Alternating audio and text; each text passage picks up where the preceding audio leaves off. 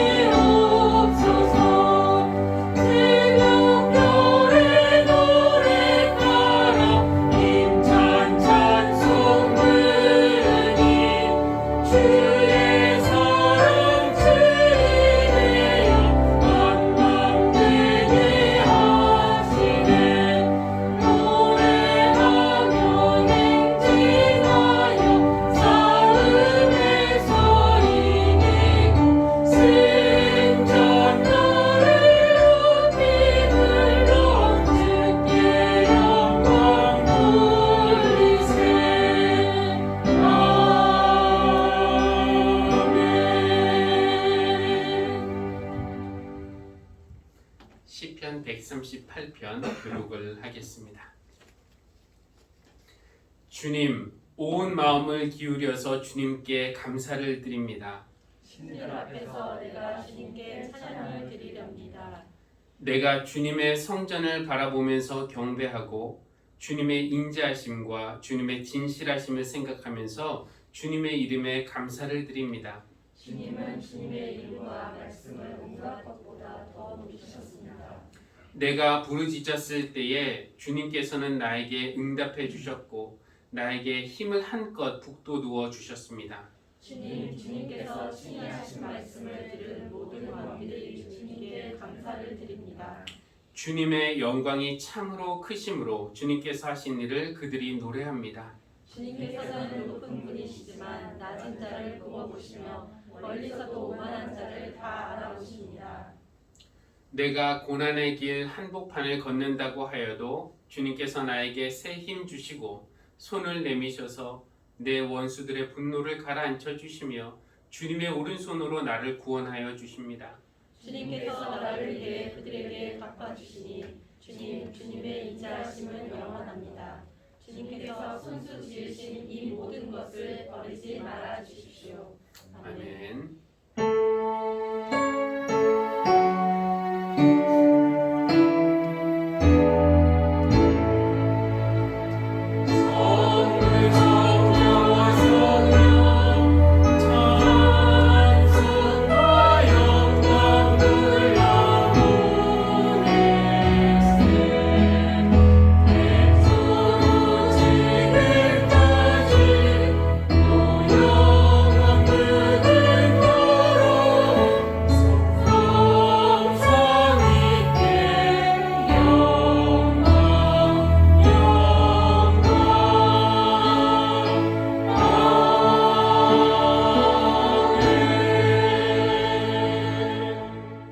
자리에 앉겠습니다. 제가 기도하겠습니다. 한없는 사랑으로 우리를 받아주시는 하나님, 거룩하신 하나님의 임재 앞에 우리를 불러주시고 주님 앞에 예배하러 나온 우리를 크신 사랑으로 품어주시니 감사드립니다. 허물의 크기로 따지면 우리가 가장 큰 죄인일 텐데 하나님은 더 크신 사랑으로 우리를 깨끗하게 씻어주실 뿐만 아니라 가장 귀한 손님 맞이하듯이 또 집 나간 아들을 맞이하기 위해 뛰쳐나가는 아버지처럼 그렇게 반갑게 우리를 맞아주시니 우리의 기쁨의 잔이 넘칩니다.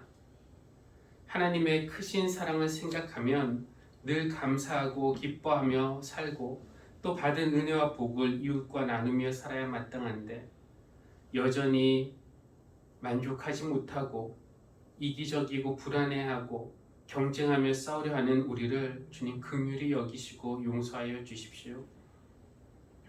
주님이 베푸시는 은혜 선물들을 받기 위해서 먼저 회개함으로써 우리 자신을 비우기를 원합니다.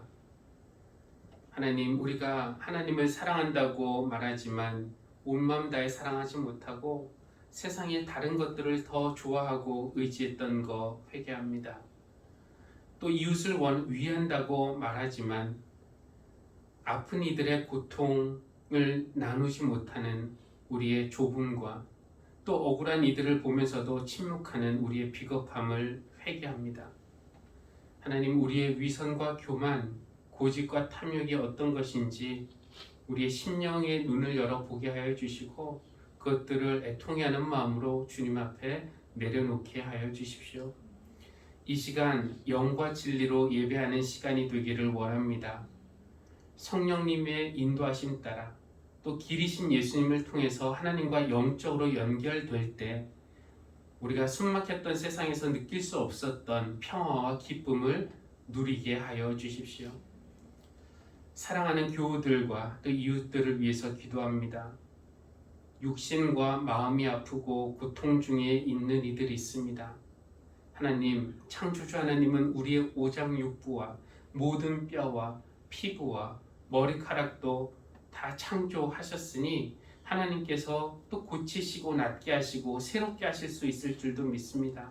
아픈 부위들이 낫게 하여 주시고 상한 부분들이 새로워지게 해주셔서 건강한 몸과 마음으로 하나님께서 허락하여 주신 삶의 기쁨을 누리게 하여 주십시오. 어긋난 관계 속에서 어쩔 줄 모르는 교우들, 직장에서 스트레스를 받는 교우들, 또 직장을 찾고 있는 교우들, 여러 가지 삶의 문제에 지혜가 필요한 교우들, 용기가 필요한 교우들, 또 흔들리지 않는 믿음을 구하는 교우들 있습니다. 우리가 처한 상황은 다 다르지만 하나님은 우리를 가장 잘 아시니 우리 각 사람에게 필요한 것들을 공급해 주실 줄 믿습니다. 그래서 우리가 이 세상에서 예수 그리스도의 제자로 살아갈 때에 부족함 없게 하여 주시고 오히려 모든 이들에게 나눠줄 수 있는 평안과 위로와 사랑이 우리 안에 넘치게 하여 주십시오. 오늘 예배도 온전히 주님께 맡깁니다. 말씀을 들을 때 우리의 마음 문을 열어주시고 또 하나님이 들려주시고 싶어 하시는 그 말씀을 놓치지 않도록 성령님 우리를 인도하여 주시기를 간구합니다. 감사드리며 예수님의 이름으로 기도합니다. 아멘.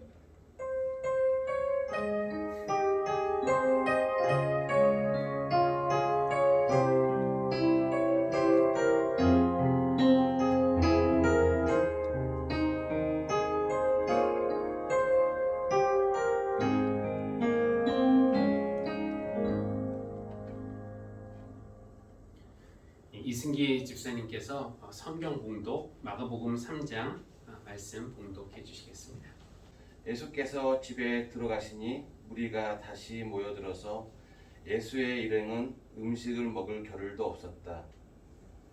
예수의 가족들이 예수가 미쳤다는 소문을 듣고서 그를 붙잡으러 나섰다. 예루살렘에서 내려온 율법학자들은 예수가 바알세불이 들렸다고 하고 또 그가 귀신의 두목의 힘을 빌어서 귀신을 쫓아낸다고 하였다. 그때 예수의 어머니와 동생들이 찾아와 바깥에 서서 사람들을 들여보내어 예수를 불렀다. 무리가 예수의 주위에 둘러앉아 있다가 그에게 말하였다. 보십시오, 선생님의 어머니와 동생들과 누이들이 바깥에서 선생님을 찾고 있습니다. 예수께서 그들에게 대답하셨다. 누가 내 어머니이며 내 형제들이냐? 그리고 주위에 둘러앉은 사람들을 불러보시고 말씀하셨다. 보아라, 내 어머니와 내 형제 자매들이다. 누구든지 하나님의 뜻을 행하는 사람이 곧 내 형제요, 자매요, 어머니다. 이는 우리에게 주신 하나님의 말씀입니다. 하나님 감사합니다. 오늘 6월 첫 번째 주일 예배 오신 모든 성도님들을 주님의 이름으로 환영합니다. 흔히 5월을 가정의 달이라고 부르죠. 5월에는 뭐 어린이날, 어버이날, 그리고 덜 알려졌지만 부부의 날, 뭐 청년의 날, 입양의 날 등 이렇게 가족과 관련된 그런 날들이 많이 있기 때문에 그렇습니다. 5월이 가정의 달이면은 6월은 무엇라고 부르면은 좋을까요? 일반적으로는 뭐 현충일, 오늘 현충일이고 또 한국 전쟁이 일어난 날 6.25도 있고 해서 호국 보훈의 달이라고 그렇게 부릅니다. 근데 이제 저는 교회니까 5월이 가정의 달이면은 6월은 더 큰 가정의 달이라고 이렇게 부르고 싶습니다. 물론 여기서 더 큰 가정이라고 하는 것은 교회를 가리키는 말인데요. 성령 강림 주일이 2주 전이었는데 주로 5월 말이나 6월 초에 성령 강림절이 오기 때문에 6월 달은 이 성령 강림 사건으로 탄생한 교회에 대해서 생각하고 또 축하하고 기념하기에 적절한 달이라고 생각합니다. 교회에 대해서 말씀을 드리기 전에 가족에 대한 말씀을 좀 해보고 싶은데 가족이란 무엇일까요? 우리가 사전적인 의미는 다 알고 있습니다. 부부를 중심으로 해서 그로부터 생겨난 아들, 딸, 손자, 손녀 등 가까운 혈육으로 이루어진 집단이 가족인데요. 이런 사전적인 의미보다 이 가족이라는 단어가 우리 안에 불러일으키는 그 정서가 무엇인가에 좀 집중하고 싶습니다. 가족이라는 단어는 우리의 감정을 자극하는 그런 단어이죠. 이 가족이라는 말을 들을 때 우리에게는 뭐 부정적이든지 긍정적이든지 어떤 감정이 발생합니다. 어떤 사람들은 가족이라는 말을 들을 때 연상되는 단어가 무엇이냐라고 질문을 받으면은 둥지, 품, 울타리 이런 단어들을 이야기합니다. 뭔가 안전하고 따뜻한 그런 느낌이 들고요. 사랑받고 또 보호받는 그런 느낌이 듭니다. 그런 사람들에게 있어서 가정이라는 곳은 세상살이에서 지친 나를 품어주는 곳. 내가 세상에서는 가면을 쓰고 살았는데 그것을 벗어놓고 정말 나일 수 있는 곳. 세상에서 받은 상처와 스트레스를 풀 수 있는 그런 곳이 가정입니다.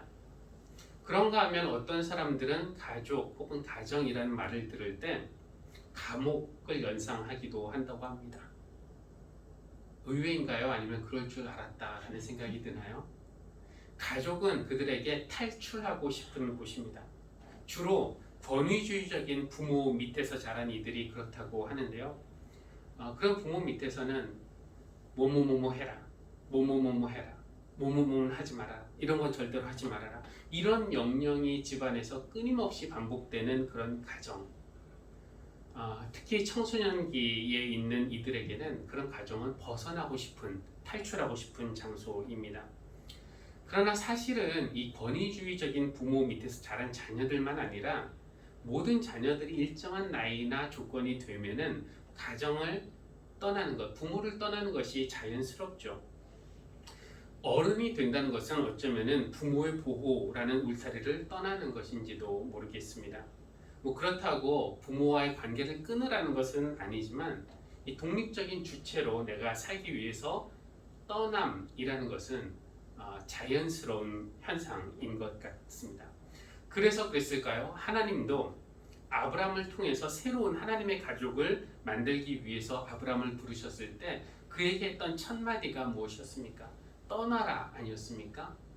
너는 내가 살고 있는 땅과 내가 난 곳과 너의 아버지 집을 떠나서, 이제 우리나라 번역으로는 떠나서가 뒤에 나오지만 이 원문은 제가 모르겠는데 영어 번역으로는 그 go가 먼저 있어요. 떠나라라는 그 명령어가 먼저 있습니다. 가족이라는 것은 한편으로는 떠나고 싶지 않은 따뜻한 품이기도 하고 다른 한편으로는 탈출하고 싶은 그런 감옥이기도 하고 혹은 독립적인 주체로 내가 서기 위해서는 떠나야만 하는 둥지이기도 합니다. 예수님은 가족에 대해서 어떤 생각, 어떤 감정을 가지고 계셨을까요? 양가 감정을 가지고 계셨던 것으로 보입니다. 이 성경에 몇 군데서 볼 수 있듯이 예수님은 혼인을 귀하게 여기셨어요. 요한복음이 우리에게 전해주는 예수님의 첫 번째 이적이 일어난 장소가 바로 갈릴리 가나의 혼인잔치에서였죠.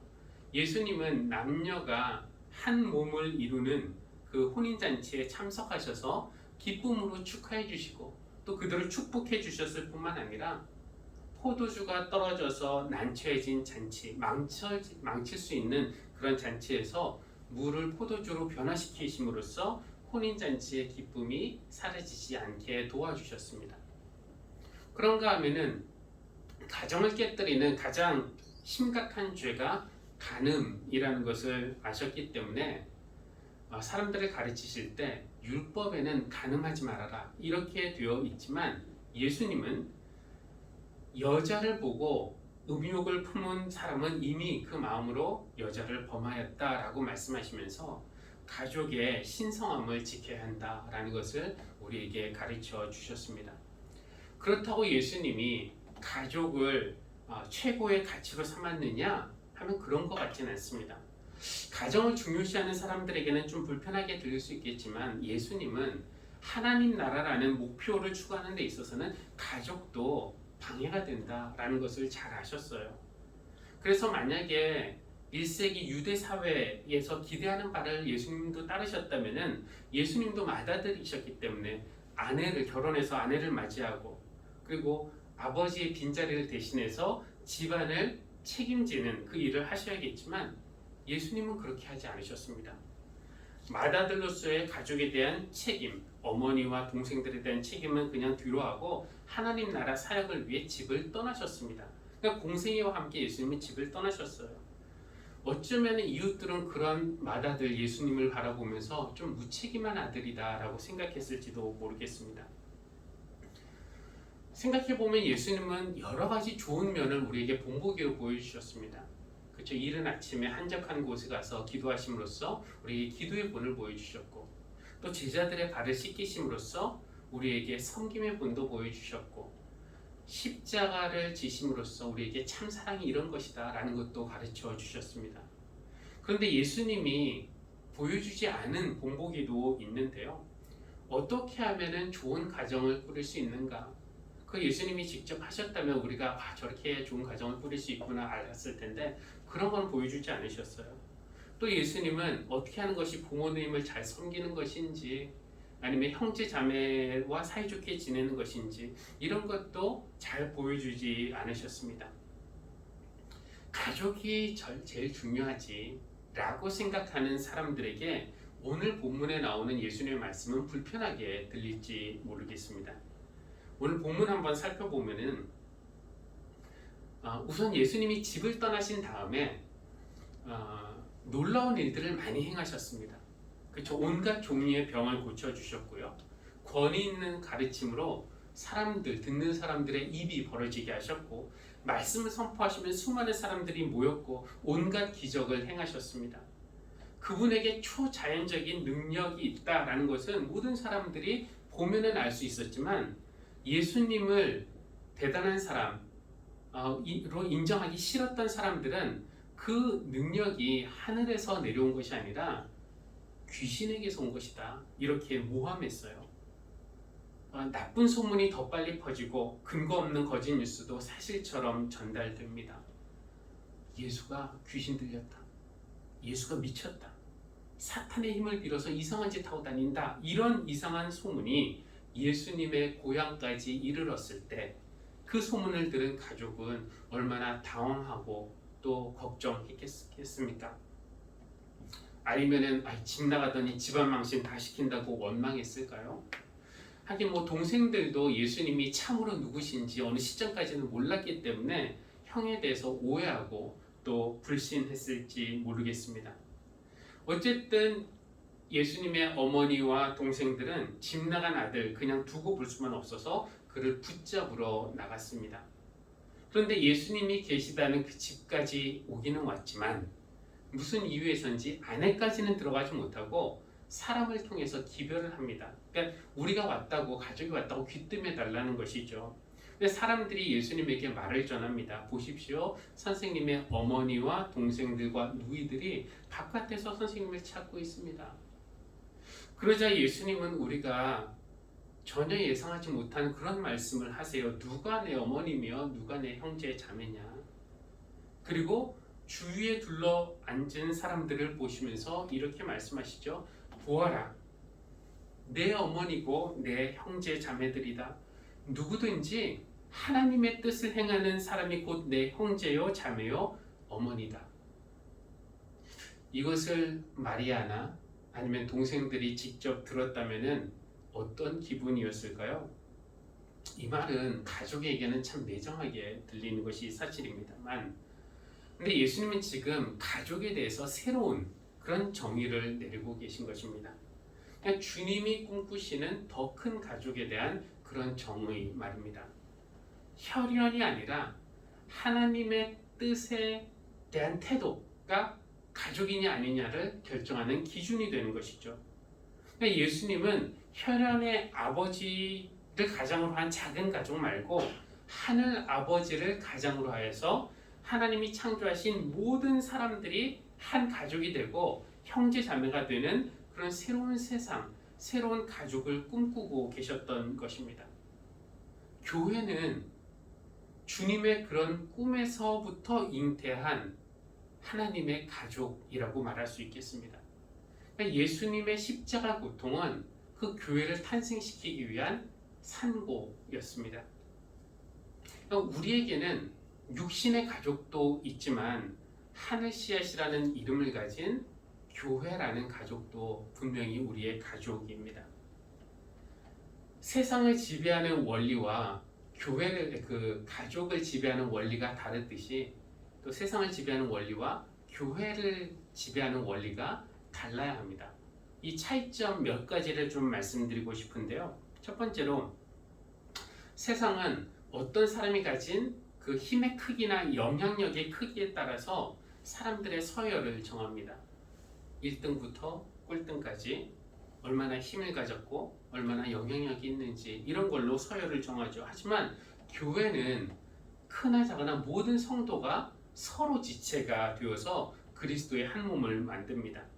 물론 우리 중에도 힘과 재능의 크기가 다른 사람보다 큰 사람이 있을 수 있지만 그것은 교회 안에서 역할의 차이일 뿐이지 절대로 그것이 서열이 되어서는 안 된다는 겁니다. 그러니까 많이 배우고 많이 가지고 그런 사람이 교회 안에 있지만 그 사람이 교회 안에 있다고 해서 그 사람이 교회에서 큰 사람이다, 절대로 이렇게 말할 수 없다는 것입니다. 하나님이 우리 각자에게 다른 은사들을 주셨는데 그거 뭐 누구 은사가 더 좋은가 우열가리라고 주신 것이 아니라 함께 교회 공동체를 건강하게 세우도록 다른 역할들을 주셨다는 것입니다. 두 번째, 세상은 쓸모, 얼마나 유용한가, 쓸모를 가지고 사람들의 우열을 매기지만 교회에서는 오히려 반대로 가장 연약한 지체가 가장 귀한 여김을 받는다라는 것을 예수님은 우리에게 가르쳐 주십니다. 이 원리가 깨지는 순간에 교회를 향한 주님의 기대와 꿈도 깨지는 것이고요. 교회를 통해서 새로운 세상을 열려고 하셨던 하나님의 계획에도 차질이 생기는 겁니다.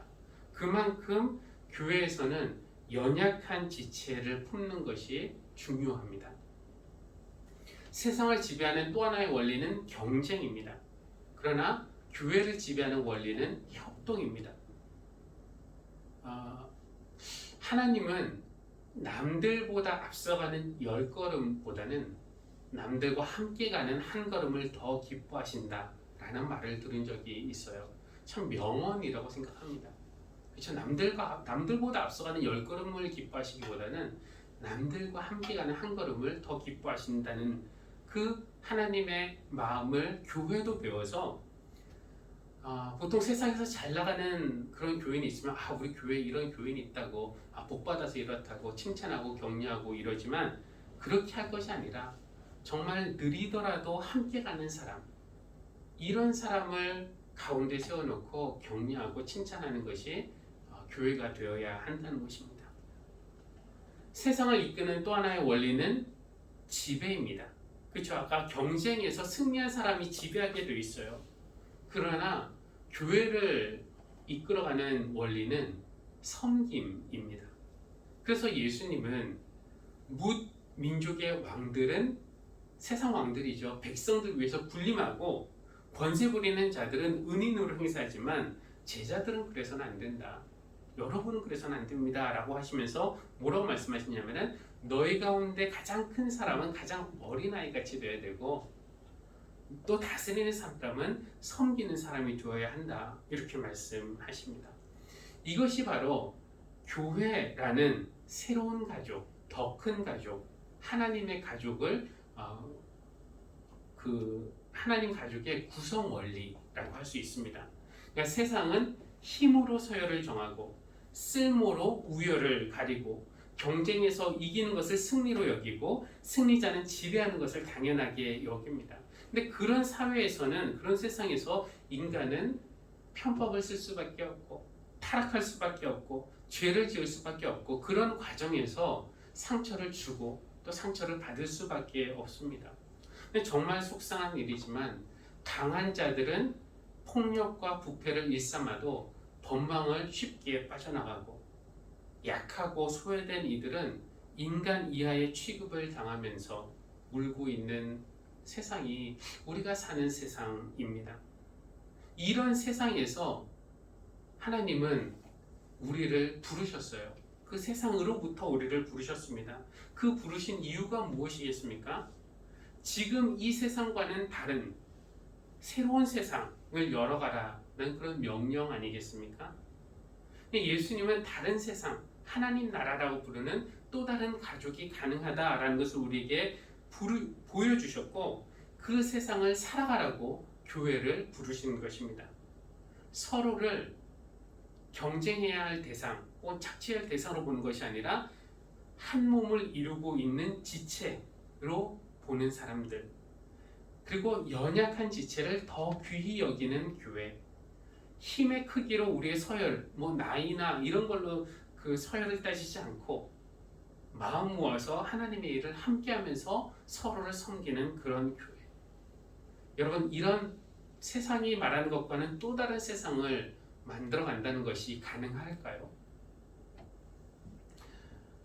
요즘 세상에서 교회가 욕을 참 많이 먹습니다. 뉴스에 나오는 이야기나 기사에 달린 댓글들, 사람들의 반응을 보면은 교회는 참 나쁜 곳이고 사회에서 없어져야 할 조직처럼 보이지만, 사실 우리 주변에는 정말로 훌륭한 그런 믿음의 사람들이 참 많이 있습니다. 저는 교회를 욕먹게 하는 그런 사람들보다는 남 몰래, 비록 세상의 레이더에나 카메라에는 잘 잡히지 않지만 하나님이 원하시는 그 세상을 열어가기 위해서 애쓰는 기독교인들이 훨씬 더 많다고 믿습니다. 신망원이나 안산희망홈, 경주 푸르른 지역아동센터에서 섬기는 이들처럼 부모 잃은 고아, 가족 없는 청소년들 섬기면서 정말 세상은 그들을 하찮게 여기고 중요하지 않게 여길지 몰라도 하나님이 그들을 얼마나 귀중한 존재로 여기시는지 일깨워주기 위해서 정말 삶을 바치는, 온 마음을 다 바치는 그런 사람들이 있고요. 아브라함처럼 살고 있는 땅과 난 곳과 아버지의 집을 떠나서 낯선 나라에서 복음을 전하며 예수 그리스도의 사랑을 진작에 실천하는 선교사들이 있습니다. 그들이야말로 혈연으로 이루어진 나의 가족보다 피 한 방울 안 섞였지만 하늘 아버지를 가장으로 이루어진 하나님의 가족이 있다라는 것을 믿고 낯설 수 있는 사람들, 나와 상관없다고 여길 수 있는 그런 사람들까지도 하나님의 가족으로 포함시키려고 노력하는 그런 사람들이라고 할 수가 있습니다. 그런 사람들이 있는가 하면은 여러분이 하시는 것처럼 낯설 수 있는 사람들이지만 그들의 이야기를 듣고 그들을 하나님의 안에서 한 가족으로 여기면서 마음으로 응원하고 기도로 돕고 물질로 후원하는 그런 사람들도 많이 있습니다. 우리는 어떤 아이들이 베이비박스를 통해서 신망원에 맡겨진다는 이야기, 그들 중에 어떤 아이들은 입양이 되기도 하지만 더 많은 아이들이 고등학교 졸업할 때까지는 거기서 지낸다는 이야기, 또 18살이 되면은 국가에서 보호하는 그 시기가 종료가 되어서 나라가 주는 얼마의 돈을 가지고 자립해야 한다는 그 이야기, 그리고 그것이 얼마나 힘겨운 일인지를 듣고 그들의 후원자가 되기로 작정했습니다. 탄자니아의 어떤 아이들은 공부할 학교도 없고 공부할 돈도 없는데 한 선교사님이 그곳에 글로벌 미션 기숙학교라는 중학교를 세우고 그 아이들을 후원할 사람을 찾고 있다는 이야기도 들었습니다. 그래서 여러분 중에 마음이 움직인 어떤 가정은 1년에 2 학생이 마음 놓고 학교 생활하면서 배울 수 있도록 선교 헌금을 드리기도 했습니다. 제가 다 듣지 못해서 그렇지 여러분 중에는 월드미션이나 굿네이버스나 컴패션이나 아니면 다른 그런 단체를 통해서 이런 일을 실천하고 있다는 이야기를 들었고 또 제가 아는 것보다 더 계시리라 짐작합니다. 그런 의미에서 여러분은 하나님의 가족입니다. 단지 누굴 후원하기 때문에 하나님의 가족이 아니라 정말 낯선 사람에 대해서도 우리는 다 같이 하나님의 가족이라는 그런 마음을 가지셨기 때문에 그렇습니다. 하나님의 가족들, 그런 마음으로 사는 이들에게는 주어지는 선물이 있습니다. 그 선물이 무엇인가요? 하나님이 그들에게 세상에서 물질적인 보상을 주고 그들이 하는 일이 다 잘되게 풀어주시는 그런 것이 선물일까요? 아닙니다. 그것보다 훨씬 더 큰 선물이 그들에게 주어집니다. 그것은 바로 세상이 줄 수 없는 기쁨과 평화입니다. 내 마음의 평화. 내가 그런 일을 하기 때문에 무언가 칭찬받고 보상받아서 기쁜 것이 아니라 그런 일을 할 수 있다는 자체, 이런 하나님의 일에 하나님이 나를 사용하신다는 그 사실 때문에 우리 안에 그런 기쁨과 평안이 이렇게 유입되는 것이라고 할 수가 있겠습니다. 여러 번 말씀을 드린 건데 저는 우리가 무언가를 소유할 때가 아니라 나 자신을 누군가에게 선물로 줄 때 가장 큰 행복과 만족을 누릴 수 있도록 그렇게 창조되었다고 믿습니다.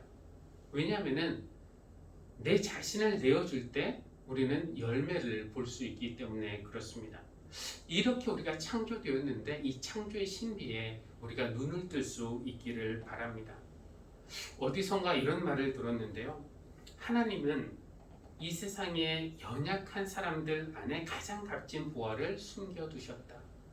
보물찾기를 해서 그 숨긴 보화를 찾기 위해서는 그 사람들에게 다가가는 사람만이 그 숨은 보화를 찾을 수 있습니다. 교회 여러분, 가족하면은 여러분에게는 어떤 감정이 떠오릅니까?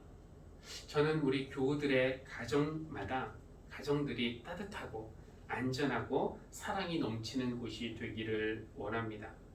그런데 이 세상에는 그렇게 따뜻하고 안전하고 사랑 넘치는 가정을 만나지 못해서 외롭고 쓸쓸한 사람들이 참 많이 있습니다. 우리나라에도 많고요. 루마니아에도 피지에도 탄자니아에도 있습니다. 혈육의 부모님 공경하는 거 중요하죠. 우리 자녀들 잘 돌보고 후원하는 것도 마땅하지만 차갑고 또 치열한 세상에서 가슴앓이 하는 이들에게, 홀로 가슴앓이 하는 이들에게 교회가 따뜻한 품이 되어주는 것이 바로 하나님이 우리를 교회로 부르신 이유라는 것을 우리가 잊지 말아야 할 것입니다.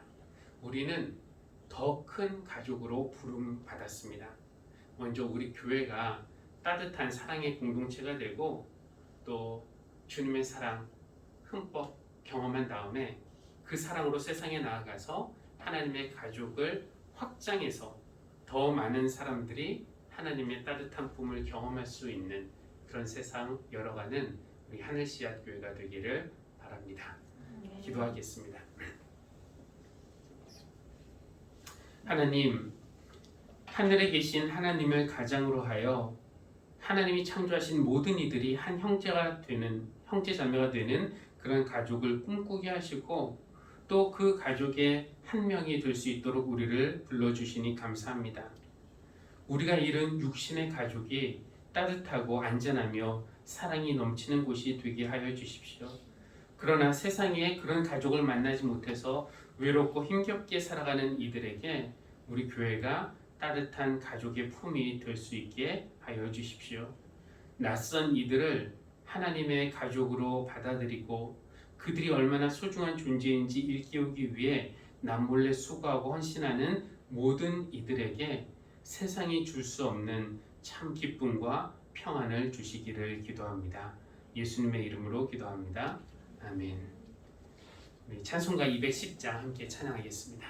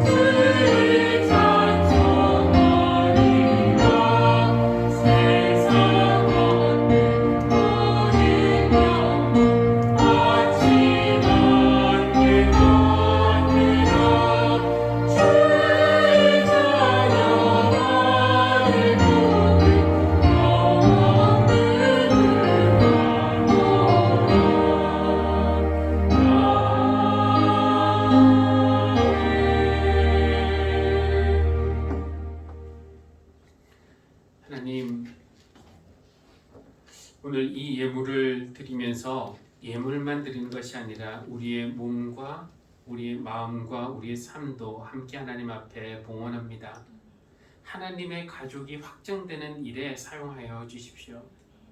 우리 같은 죄인들을 한 가족으로 받아주시기 위해서 십자가의 죽음을 당하신 우리 주님을 생각하면서 우리 주님 베풀어 주신 사랑으로 세상에 나아갈 수 있는 우리 하늘씨앗 교회가 될 수 있도록 인도하여 주십시오.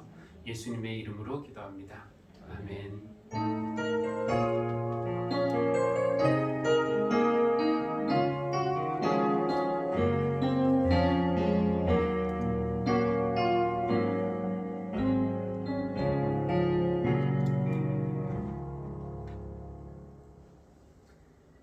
교회 소식 전하겠습니다. 지난 주일에도 전한 소식인데 지금 성령 강림 절기이고요. 이 절기가 여름 끝까지 계속 이어집니다. 이 기간에 우리가 말씀과 또 기도를 통해서 영적으로 성장하는 것이 우리 신앙인들에게 주어진 과제일 텐데 특별히 기도하는 생활에 여러분 좀 더 힘을 쓰시면 좋겠고요. 이곳에서 일주일에 하루라도 더 나와서 새벽에 기도하실 수 있으면 좋지만 사정이 그렇지 못하면은 집에서라도 있는 자리에서라도 기도의 생활을 하실 수 있기를 바라겠습니다.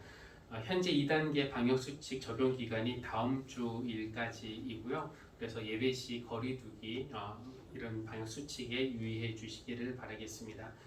현가람 성도가 어제 강릉으로 이사를 갔습니다. 그래서 지난주에 사실 인사를 하고 좀 기도하고 그랬어야 했는데 제 날짜를 잘못 계산해서 그러지 못했는데 직장 이제 사업차 그렇게 하게 됐는데 그 하는 일 위에 하나님께서 또 지혜 주시고 용기 주시고 능력 주실 수 있도록 기억하시고 기도해 주시기를 바라겠습니다. 우리 자리에서 일어나서 635장 주기도문 함께 찬양하겠습니다.